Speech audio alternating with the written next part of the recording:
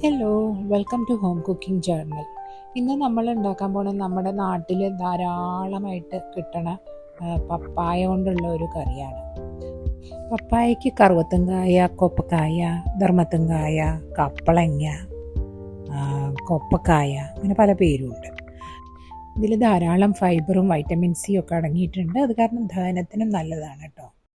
നല്ല പച്ചപ്പപ്പായ അല്ലെങ്കിൽ കുറച്ച് പഴുക്കാൻ തുടങ്ങിയതായാലും കുഴപ്പമൊന്നുമില്ല. ഒരു നെല്ലിക്ക വലിപ്പത്തിൽ പുളി എടുത്തിട്ട് വെള്ളത്തിലിട്ട് കുതിർത്ത് വയ്ക്കുക. ഒരു അരമണിക്കൂർ ഒന്ന് കുതിർന്നോട്ടെ. 1 കപ്പ് പരിപ്പ് വെള്ളത്തിലിട്ട് കുതിരാൻ വയ്ക്കാം. പപ്പായ പുറത്തെ തൊലിയൊക്കെ കളഞ്ഞ് കുരുവൊക്കെ കളഞ്ഞ് നന്നായിട്ട് ക്ലീൻ ചെയ്തിട്ട് ചെറിയ ക്യൂബ് സൈസായിട്ട് കട്ട് ചെയ്ത് വയ്ക്കുക. കുക്കറിലേക്ക് ആദ്യം നന്നായിട്ട് കഴുകിയ പരിപ്പ് ഇട്ടിട്ട് അതിൻ്റെ അകത്തേക്ക് പതുക്കെ പപ്പായ കഷ്ണങ്ങളും കൂടി ചേർത്ത് കൊടുക്കുന്നുണ്ട്.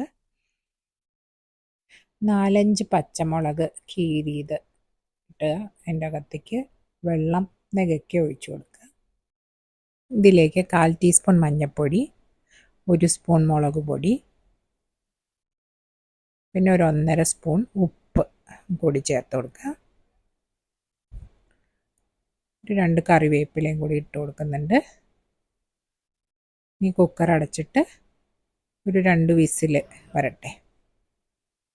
2 വിസിൽ വന്നു കഴിഞ്ഞിട്ട് തുറന്ന് നോക്കുക. തുറന്ന് നോക്കുമ്പോൾ പപ്പായയും വെന്തിട്ടുണ്ട്, പരിപ്പും നന്നായിട്ട് വെന്തിട്ടുണ്ട്. ഇനി ഇതിലേക്ക് നേരത്തെ വെള്ളത്തിലിട്ട് വെച്ച പുളി പിഴിഞ്ഞു കൊണ്ടുവന്നത് ഒഴിച്ചു കൊടുക്കുന്നുണ്ട്. ഇനി സ്റ്റൗ ഓണാക്കിയിട്ട് നമുക്ക് ഈ പുളി പിഴിഞ്ഞതൊന്ന് തിളപ്പിക്കണം. അങ്ങനെ പുളിയൊക്കെ നന്നായിട്ട് തിളച്ച് വരുന്നുണ്ട്. ഇങ്ങനെ നന്നായിട്ട് തിളച്ച് വന്നതിന് ശേഷം ഒന്ന് ഉപ്പ് നോക്കണം കേട്ടോ. കാരണം പുളി ഇട്ടതിന് ശേഷം ഒന്ന് ഉപ്പ് നോക്കിയിട്ട് വേണമെങ്കിൽ കുറച്ചും കൂടി ഉപ്പ് ഇപ്പോൾ ചേർത്ത് കൊടുക്കണം. അങ്ങനെ ഇപ്പോൾ 1 സ്പൂണ് ഉപ്പും കൂടി ഞാൻ ഇവിടെ ചേർത്ത് കൊടുക്കുന്നുണ്ട്. ഇപ്പോൾ ചെറുതായിട്ടൊന്ന് കുറച്ച് വയ്ക്കാം ഫ്ലെയിം. വേറൊരു പാത്രത്തിൽ നമ്മൾക്ക് ഇതിലേക്ക് കടുക് വറുക്കാനായിട്ട് 2 ടേബിൾ സ്പൂൺ എണ്ണ ഇതിനകത്തേക്ക് കടുക് ഇട്ട് പൊട്ടുമ്പോൾ അതിലേക്ക് 1 ടീസ്പൂൺ ഉലുവ ചേർത്ത് കൊടുക്കുന്നുണ്ട്. അതൊന്ന് ചെറുതായിട്ട് ചൂടായി വരുമ്പോൾ അതിലേക്ക് ഉണക്കമുളക് കീറി വെച്ചത് ഇട്ട് കൊടുക്കുക.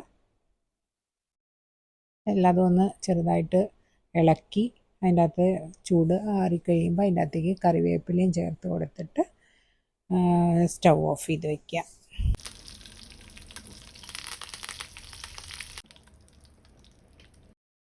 തിളച്ചുകൊണ്ടിരിക്കുന്ന കറിയിലേക്ക് നമുക്ക് ഒരു 1/4 ടീസ്പൂൺ ഉലുവാപ്പൊടി ചേർത്ത് കൊടുക്കുന്നുണ്ട്.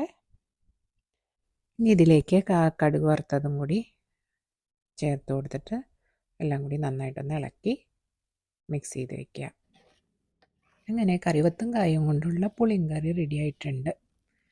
ഇത് നല്ല ടേസ്റ്റാണ് കേട്ടോ. ഇതിൽ കുറച്ചൊരു മധുരമുള്ളത് കാരണം ആ മധുരവും പുളി എരിവും കൂടി ആ ചോറിൻ്റെ കൂടെ ചേരുമ്പോൾ നല്ല ടേസ്റ്റാണ്.